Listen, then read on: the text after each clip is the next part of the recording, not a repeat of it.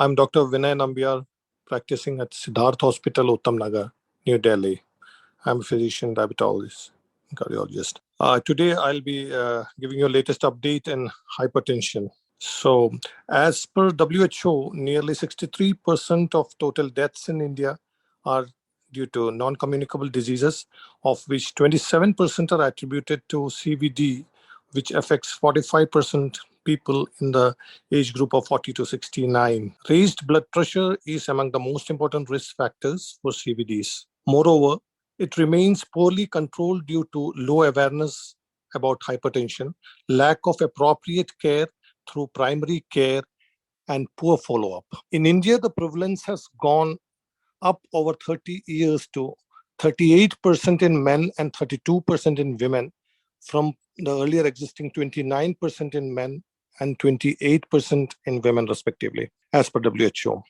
Despite that, nearly half of the people, or 51% of men and 41% of women with hypertension, were unaware of the condition. Additionally, over 62% of men and more than 53% of women living with hypertension did not get treatment. Medication was used to control blood pressure in fewer than 1 in 5 and 1 in 4 women with hypertension worldwide.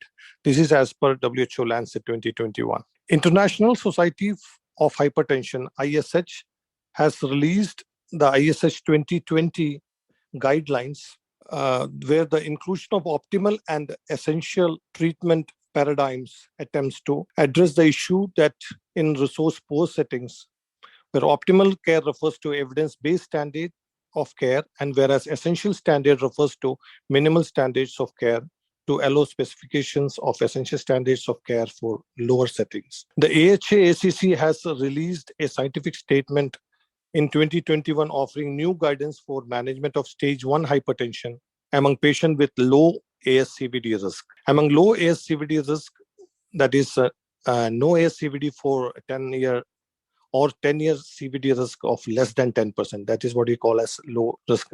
With stage 1 hypertension, that is blood pressure 130 to 139 by 80 to 89 millimeter of mercury. Management starts with non-pharmacological therapy. If blood pressure remains uncontrolled at 3 to 6 months, consider starting pharmacological therapy.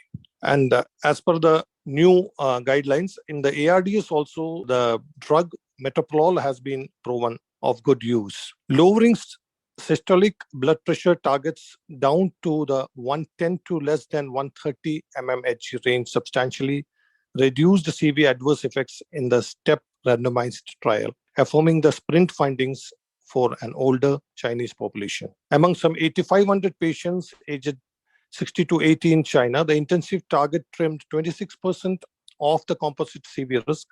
Findings from now is second major trial supporting a low target could unite the guidelines, which even among US professional societies range from thresholds of 130 to 150 millimeter of mercury. With regard to prognostic value of ambulatory blood pressure monitoring and nighttime blood pressure, the 2018 European guidelines on the management of arterial hypertension recommend that the diagnosis of the hypertension should not only be dependent on the office BP measurements, but also on out-of-office measurements, such as ABPM, home blood pressure monitoring, that is HPPM, 24 hours, and nighttime BP measurements were associated with greater risk of mortality and a composite of CV outcome. Thus, they may be considered as the most relevant measurements for estimating CV risk. For every 20 upon 10 millimeter of mercury increment of BP measured at night, the risk of mortality increased by 23%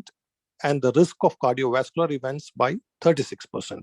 Now, most patients with hypertension require lifelong medical therapy to achieve optimal BP control. The 2018 European guidelines equally recommend 5 classes of antihypertensive drugs. Considering high non-adherence treatment, the importance of combination treatment is particularly highlighted to improve adherence to therapy and BP control.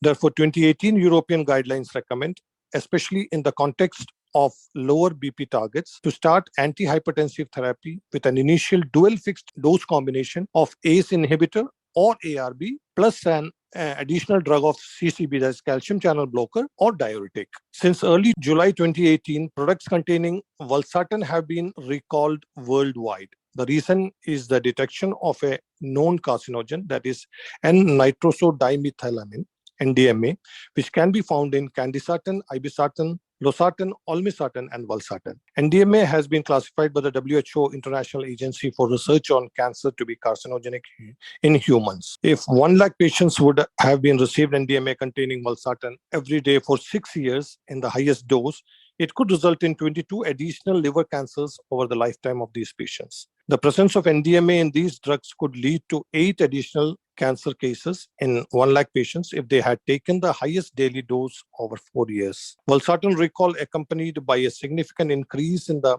rate of emergency department visits of plus 6%. Now, the HYGEA study represents the largest study that tested nighttime antihypertensive treatment. In this trial, chronotherapy was associated with a significant reduction in endpoints, including death.